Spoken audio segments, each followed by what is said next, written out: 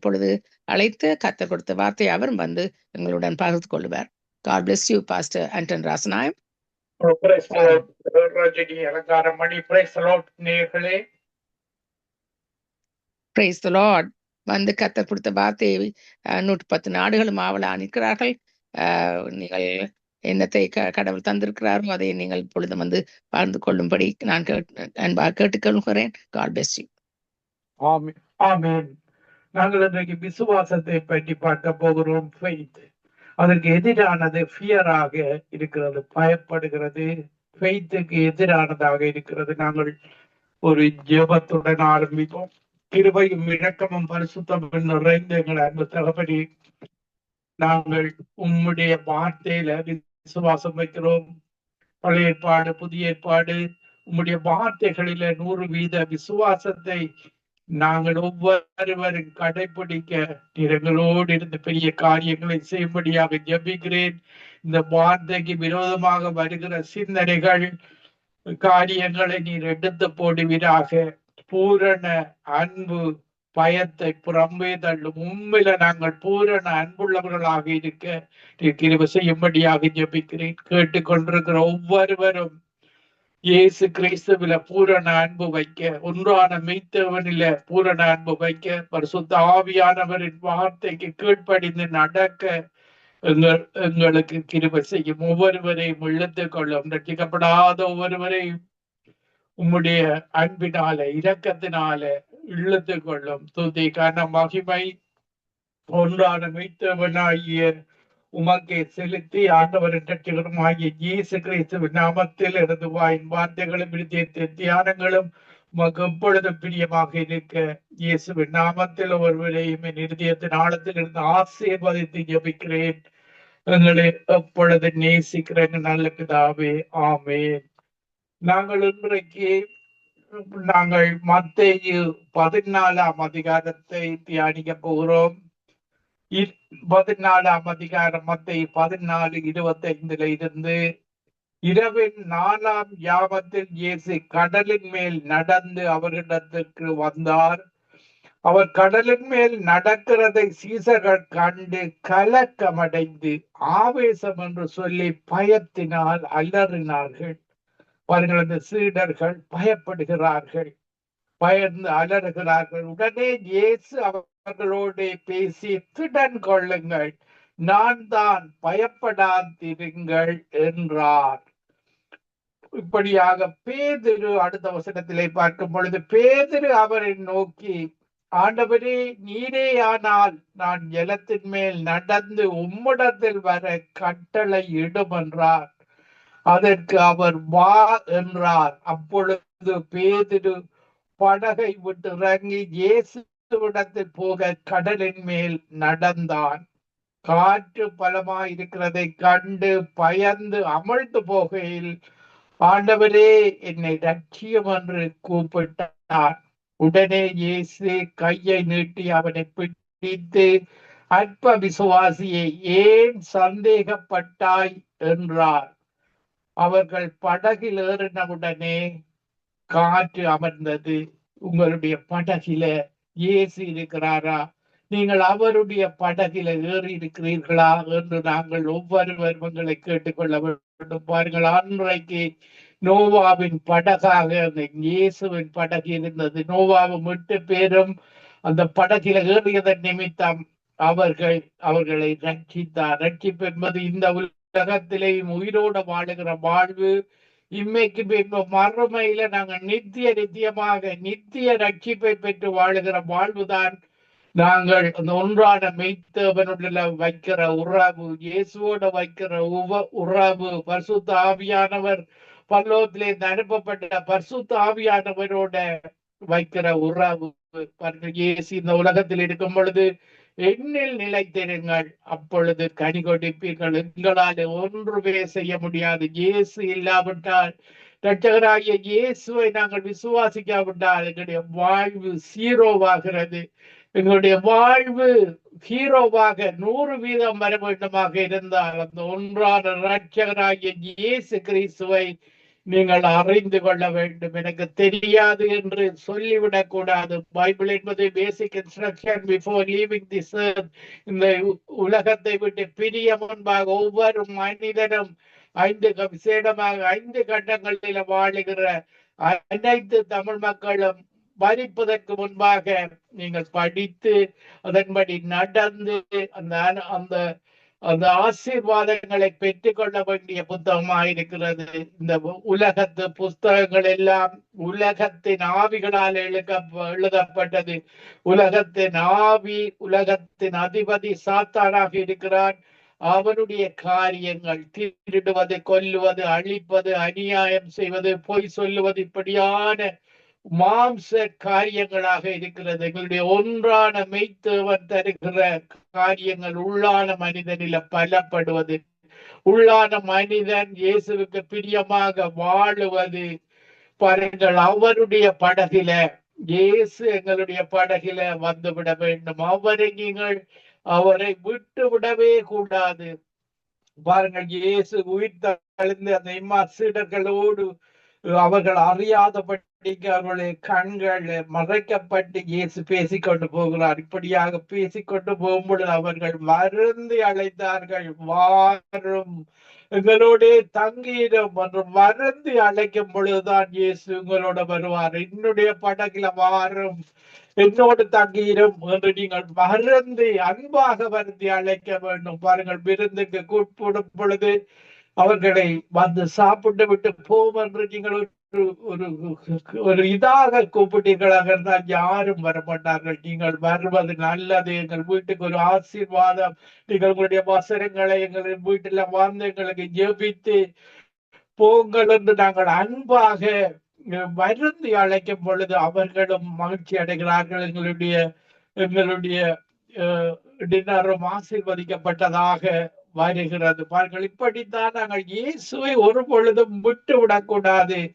ஒன்றான மெய்த்தவனாகிய உண்மையும் அவர் அனுப்பினவராகிய இரட்சகராகிய இயேசு கிறிஸ்து அறிந்து கொள்ளதே நித்திய ஜீவன்.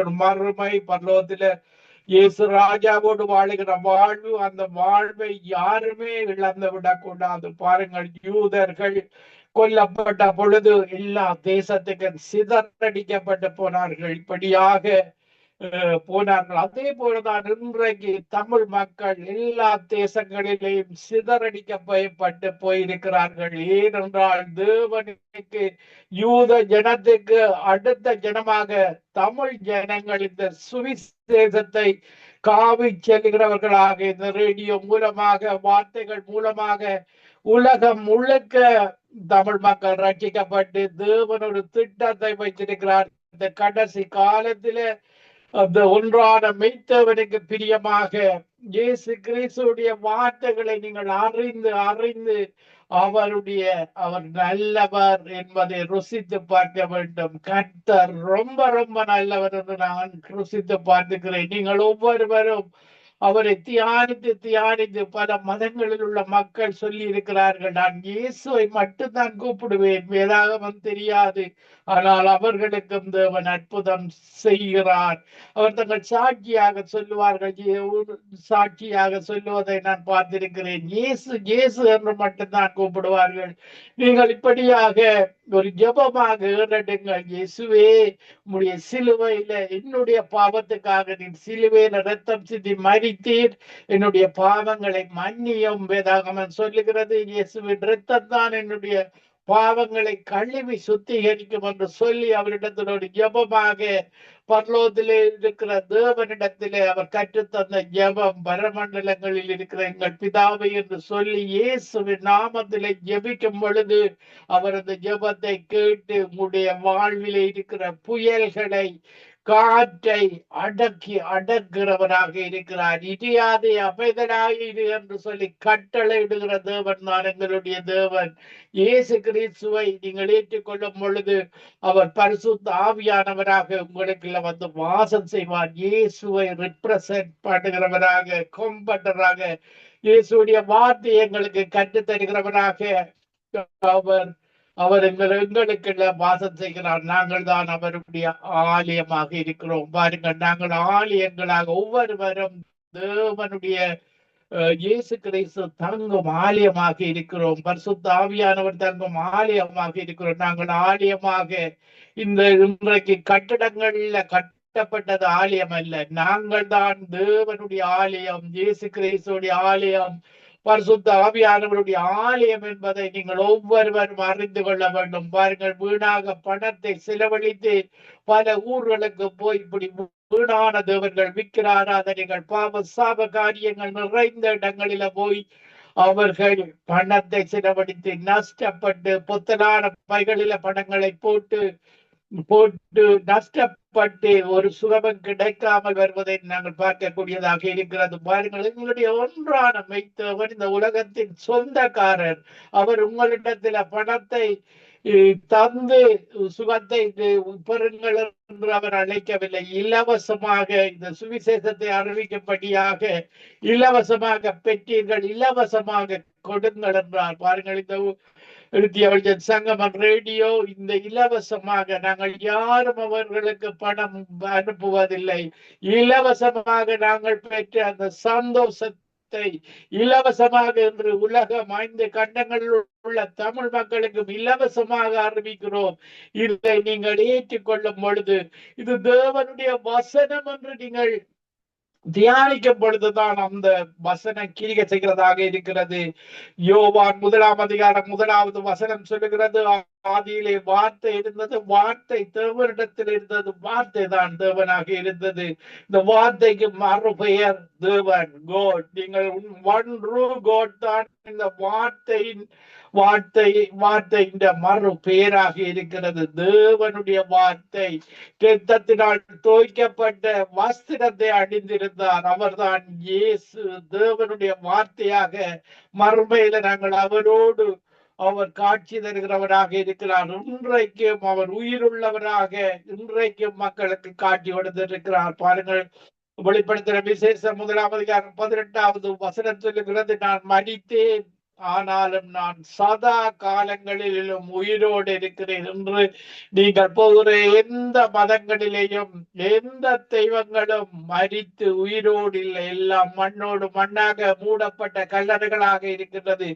இயேசு கிறிஸ்து மட்டும்தான் இந்த உலகத்துல 2025 ஆண்டுகளுக்கு முன்பாக 2025 எப்படி வந்தது என்று நீங்கள் தியானித்து பார்த்தீர்களாக இருந்தால், 0 இருந்து 33 வருடங்கள் இயேசு சரித்திரத்தை 2ஆக பிரித்தார். கிறிஸ்துவுக்கு முன்பாக 4000 வருஷங்களின், கிறிஸ்துவுக்கு பின்பாக நாங்கள் 2025 ஆண்டுகளாக வாழ்ந்து கொண்டிருக்கிறோம். 7வது நாள் இளைப்பாறுதல் நாளாக, அவருடைய வருகை நாளாக இந்த காலத்தில் நாங்கள் எதிர்பார்த்து கொண்டிருக்கிறோம். கடைசி காலத்துக்குரிய அத்தனை காரியங்களும் நடைபெற்றுக் கொண்டிருக்கிறதை நாங்கள் கண்கூடாக பார்க்கக்கூடியதாக இருக்கிறது. அதற்காக நீங்கள் இயேசுவை இரட்சகராக ஏற்றுக்கொண்டு உங்களுடைய படகில, உங்களுடைய இதயத்தில பரிசுத்த ஆவியானவரை ஏற்றிக்கொண்டு நீங்கள் ஆலயமாக மாறி சபைகளுக்கு போங்கள். ஆலயங்கள் கூடுமிடம்தான் சபையாக இருக்கிறது.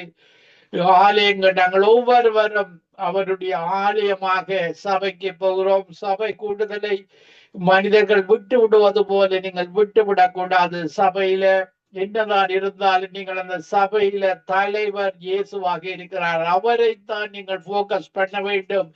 பாருங்கள், பேதுரு பலமான காற்றை பார்த்து பயந்தான். இப்படியாக சபைகளுக்கு போகும்போது கூட பலவிதமான காற்றுகள், புயல்கள் அந்த மக்களிடத்துல சிலரிடத்துல இருக்கும். நாங்கள் அந்த சபையில பார்ப்பது எப்பொழுதும் இயேசுவை, எங்களுடைய சபையின் தலைவர் இயேசு அந்த இடத்துல இருக்கிறார் என்ற விசுவாசத்தோடு நீங்கள் பார்த்து அந்த அந்த அந்த அந்த வெற்றியை நீங்கள் பெற்றுக்கொள்ள வேண்டும். அந்த விண்ணப்பத்தை, உங்களுடைய விண்ணப்பத்துக்கு பதிலை பெற்றுக் கொள்ள வேண்டும். ஒன்றுக்கு கவலைப்படக்கூடாது. சபையில நீங்கள் தான் சந்தோஷமாக இருக்க வேண்டும். உங்களை யாரும் சந்தோஷப்படுத்த மாட்டார்கள். நானும் இயேசுவோடு நான் உறவாடுவது அந்த தலைவரோடு, அந்த இடத்திலே இருக்கிற இயேசு ஓடு நான் உறவாடுகிறேன். அவர் எனக்கு சமாதானத்தை தருகிறார். அவர் சொல்லி இருக்கிறார், உலகத்தில் உபத்திரவம் உண்டு, நான் உலகத்தை ஜெயித்தவர் எங்களோடு இருக்கிறார், அவர் எங்களை ஜெயிக்க வைக்கிறவராக இருக்கிறார். இப்படியான தேவன் தான் எங்களுடைய தேவன். பாருங்கள், திடன் கொள்ளுங்கள், நான் தான், பயப்படாதிருங்கள். இப்படியாக பேதுரு தேவனுடைய வார்த்தைக்கு கீழ்ப்படிந்து நடந்தான். சூழ்நிலையை பார்த்தான், அவன் பயப்பட்டான், அமிழ்ந்து போகிறான். அவன் அமிழ்ந்து போது கூட ஆண்டவரே என்னை ரட்சியும் என்று கூப்பிட்டான். அந்த நேரத்துல கூட இயேசு உங்களை காப்பாற்ற வல்லமை உள்ளவராக இருக்கிறார். உடனே இயேசு கையை நீட்டி அவனை பிடித்து, அற்ப விசுவாசியே, ஏன் சந்தேகப்பட்டாய்?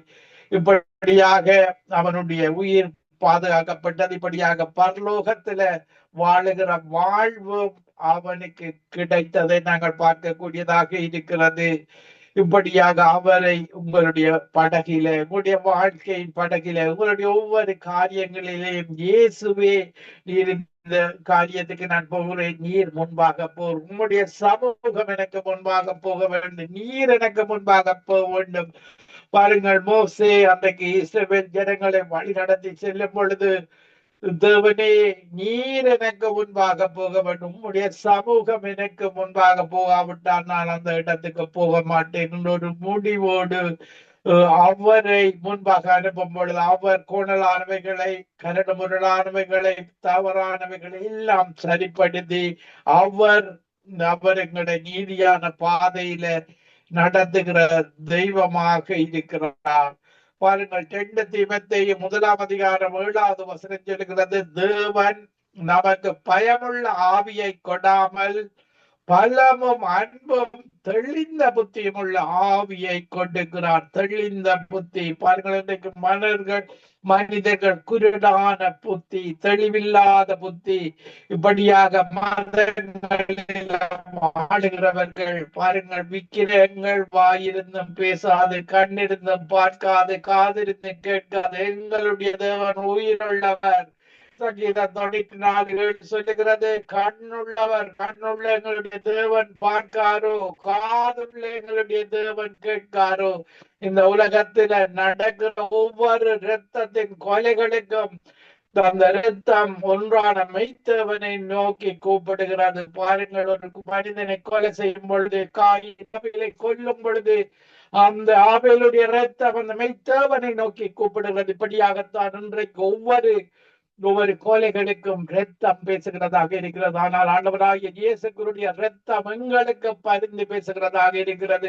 அது விலையேற பெற்ற பரிசுத்த இரத்தமாக இருக்கிறது. இந்த உலகத்தில் உள்ள எந்த மனிதனிலையும் இல்லாத இரத்தம், பரிசுத்த இரத்தம். அதனுடைய குரோமோசோம்கள் வித்தியாசமான குரோமோசோம்களாக இன்றைக்கு அந்த இரத்தம் உயிருள்ள இரத்தமாக இருந்து எங்களுடைய பாவங்களை இன்றும் கழுவக்கூடியதாக இருக்கிறது. 1 யோவான் 4:18 சொல்லுகிறது, அன்பிலே பயம் இல்லை. நீங்கள் இயேசுவில் அன்பு வைக்கும் பொழுது, இன்னும் அதிகமாக நெருங்கி சேரும் பொழுது, அன்பிலே பயம் இல்லை.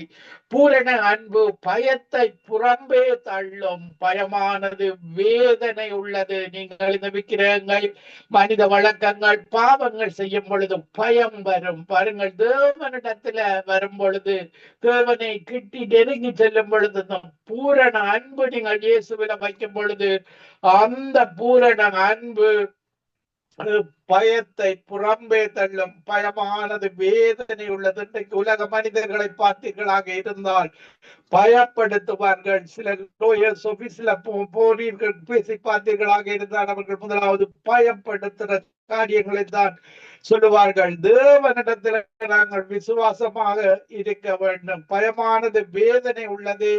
பயப்படுகிறவன் அன்பில் பூரணப்பட்டவன் அல்ல. எனக்கு தேவன் இருக்கிறார், எனக்கு இயேசு இருக்கிறார், விடுதலை நாயகனாக கர்த்தருடைய ஆவியானவர் எங்குண்டோ அங்கு விடுதலை உண்டு. அவருக்காக மன்னிக்க நேரிட்டால் நீங்கள் அவருடைய வார்த்தையின்படி உங்களை கொலை செய்தால் கூட அவர்களை மன்னித்து விடும் பொழுது தேவன் உங்களை அவருடைய பலிபீடத்தில கொண்டு போய் சேர்க்கிறார் என்பதை நீங்கள் அறிந்து கொள்ள. வெளிப்படுத்தின விசேஷம் 6:10 சொல்லுகிறது, அவர்கள் பரிசுத்தமும் சத்தியமும் உள்ள ஆண்டவரே தேவரீர் புவியின் மேல் குடியிருக்கிறவர்களிடத்தில் எங்கள் இரத்தத்தை குறித்து எதுவரைக்கும் நியாயத்தீர்ப்பு செய்யாமலும் பழி வாங்காமலும் இருப்பேன் என்று மகத்தமிட்டு கூப்பிட்டார்கள். பாருங்கள், ஒவ்வொரு இரத்தமும் இந்த உலகத்தில் சிந்தப்படுகிற இரத்தமும் தேவனிடத்துல பலிபீடத்துல போய் தேவனிடத்துல கேட்கிறது.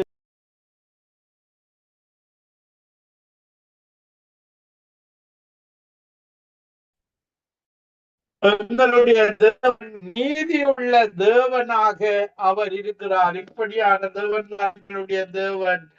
அப்பொழுது அவர்கள் ஒவ்வொருவருக்கும் வெள்ளி அங்கிகள் கொடுக்கப்பட்டது. அன்றையும் அவர்கள் தங்களைப் போல கொலை செய்யப்பட போகிறவர்களாகிய தங்கள் உடன் பணிவிடைக்காரரையும் தங்கள் சகோதரருமானவர்களின் தொகை நிறைவேறும் அளவும் இந்த கொஞ்ச காலம் உழைப்பாற வேண்டும் என்று அவர்களுக்கு சொல்லப்பட்டது. பாருங்கள், தேவன் அந்த ஒன்றான மெய்த்தேவனுக்காக, இயேசு கிறிஸ்துவுக்காக பலர் தேசங்களிலே மறுதளிக்காமல் மறிக்கிறார்கள். அவர்களுடைய ஆத்துமா பரலோகத்தில தேவனுடைய பலிபீடத்தில் இருக்கிறது. இந்த இந்த ஆத்துமாக்களை தேவன் மேய்க்கிற அவர் எல்லா பரலோகத்தில எல்லா தேவைகளையும் சந்தித்து அவர்களை அவருடைய பலிபீடத்துல வைத்து அவருடைய சமூகத்துல வைத்து பார்க்கிறவர் தான் எங்களுடைய தேவன். இளைப்பாறுதல் கொடுக்கிற தேவன் தான் எங்களுடைய தேவன். சங்கீதம் 91 7வது வசனம் சொல்லுகிறது, உன் பக்கத்தில் 1000 பேரும் உன் வலப்புறத்தில் 10,000 பேர் விழுந்தாலும் அது உன்னை அணுகாது. இப்படியான தேவன் தான் எங்களுடைய தேவன். உன் கண்களால் மாத்திரம் நீ அதை பார்த்து மனுஷருக்கு வரும் பலனை காண்பாய். இப்படியாக சங்கீதம் 23 பார்க்கும் பொழுது, எங்களுடைய சத்துருக்களுக்கு முன்பாக நீர் எங்களுக்கு ஒரு பந்தியை ஆயத்தப்படுத்தி என் தலையை எண்ணெயால் அபிஷேகம் பண்ணுகிறீர். எங்கள் பாத்திரம் நிரம்பி வருகிறது. பாருங்கள், என்னுடைய பாத்திரத்தை சத்துருக்கள் எங்களை அழிக்க நினைப்பார்கள், கொல்ல நினைப்பார்கள், திருட இந்த பிசாசுக்காக வேலை செய்கிறவர்களும் இப்படித்தான் கிறிஸ்தவர்களை திருடுவது, கொல்லுவது, அழிக்க நினைப்பார்கள். ஆனால் பாருங்கள், எங்களுடைய தேவனின் ஜீவனுள்ள நாளெல்லாம் எங்களுக்கு நன்மையையும் கிருபையையும் தொடரும். நான் கர்த்தருடைய வீட்டிலே நீடித்த நாட்களாய் நிலைத்திருக்க செய்கிற தேவன் தான் எங்களுடைய தேவன். சங்கீதம் 48 வசனத்திலே இந்த தேவன் என்றைக்கும் உள்ள சதா காலங்களிலும் நம்முடைய தேவன் மரண பரியந்தம் உம்மை வழி நடத்துகிற தேவனாக இருக்கிறார். இந்த தேவனை நீங்கள் விட்டுவிடக் கூடாது. இப்படியாக இரக்கமுள்ள தேவனாக, பரிசுத்தமுள்ள தேவனாக, மகிமைக்குரிய தேவனாக எங்களுடைய தேவன் இருக்கிறார். பாருங்கள், இந்த உலகத்துல எந்த மக்களுக்கு கிடைக்காத பாக்கியம் எங்களை அப்பா பிதாவே என்று அழைக்கக்கூடிய உரிமையை தந்த தகப்பன் தான் எங்களுடைய தேவன். பாருங்கள், தகப்பன் தேவனுடைய குமாரனாகிய இயேசு கிறிஸ்துவை விசுவாசிக்கிறவன் எவனோ அவர் கெட்டு போகாமல் நித்திய ஜீவனை அடையும்படி இயேசுவை எங்களுக்காக தந்து எங்கள் மேல அன்பு கூர்ந்தார். எங்களை மகனாக மகளாக இப்படியாக அப்பா பிதாவே என்று அழைக்கக்கூடிய உரிமையை தந்த தேவன் தான் எங்களுடைய தேவன். நான் ஒரு சிறிய பாடலை பாடி என்னுடைய தகப்பனை மகிமைப்படுத்தி உங்களுக்காக நான் ஜெபிக்கிறேன். தகப்பனே, தந்தையே, தலை நிமிர செய்பவர் நீரே. தகப்பனே, தந்தையே, செய்பவர் நீரே. தலை நிமிர செய்பவர் நீரே. கேடகம் நீரே, மகிமையும் நீரே. கேடகம் நீரே, மகிமையும் நீரே. தலை நிமிர செய்பவர் நீரே. தலை நிமிர செய்பவர் நீரே. எதிரிகள் எவ்வளவாய் பெருகி விட்டன, எதிர்த்தெழுவோர் எத்தனை மிகுந்து விட்டன. ஆனாலும் சொந்து போவதில்லை, தளர்ந்து விடுவதில்லை. தகப்பன் நீ தாங்குகிறீ. எம்மை தள்ளாட விட மாட்டீர். கேடகம் நீரே, மகிமையும் நீரே, தலை நிமிர செய்பவர் நீரே. படுத்துறங்கி மகிழ்வுடனே விழித்தெழுவே, ஏனெனில் கர்த்தர் என்னை ஆதரிக்கின்றீர். படுத்துறங்கி மகிழ்வுடனே விழித்தெழுவே, ஏனெனில் கர்த்தர் என்னை ஆதரிக்கின்றீர்.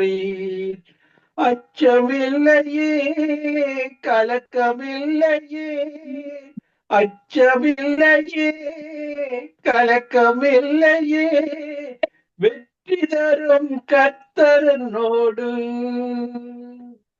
தோல்வி என்றும் எனக்கில்லையே. வெற்றி தரும் கர்த்தரனோடு தோல்வி என்றும் எனக்கில்லையே. எங்களுடைய இயேசு தன்னுயிரை கொடுத்து மண்ணுயிரை எங்களை காப்பாற்றின ஜெய கிறிஸ்துவாக இருக்கிறார். தோல்வி எங்களுக்கு என்றும் இல்லையே.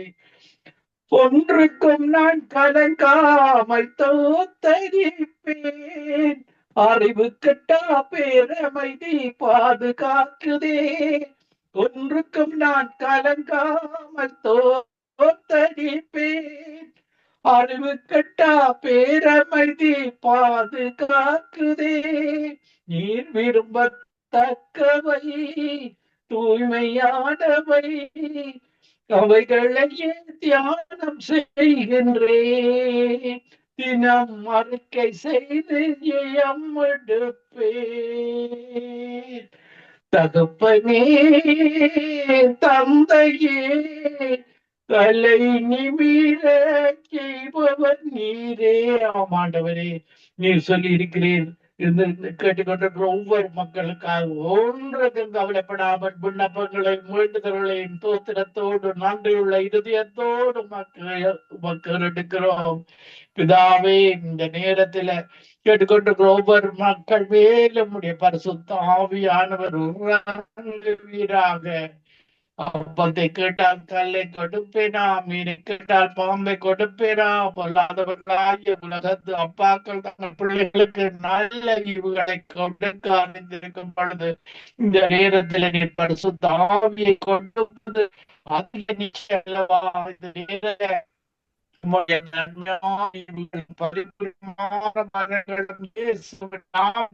இறங்குவதாக உண்மை படகையும்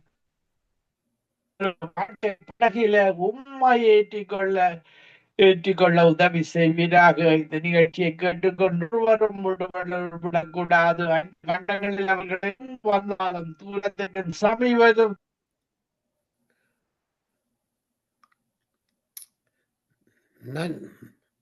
நன்றி பாஸ்டர், அருமையான செய்தி, ஆழமான சத்தியத்தை நாங்கள் கற்றுக்கொண்டோம்.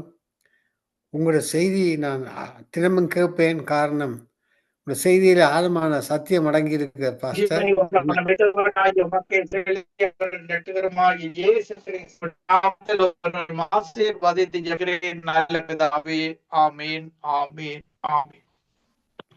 ரஜினி. ஆமேன், ஆமேன். நன்றா ஒரு வார்த்தையை கொடுத்தீர்கள் பாஸ்டர் ராசநாயம். நல்ல ஆசீர்வாதமாக இருந்தது. நீங்கள் சொன்னதை நான் சுருக்கமாக ஆங்கிலத்திலே சொல்லிவிட்டு நாங்கள் முடிவு ஜெபத்துக்குள் செல்லலாம். ஆமேன், ஆமேன். Pastor Anton Rasanayam has been giving out the word, and he has been sharing from Matthew 14, verse 24 and 25. So Jesus told his disciples, if any of you would come after me, let him deny himself and take up his cross and follow me.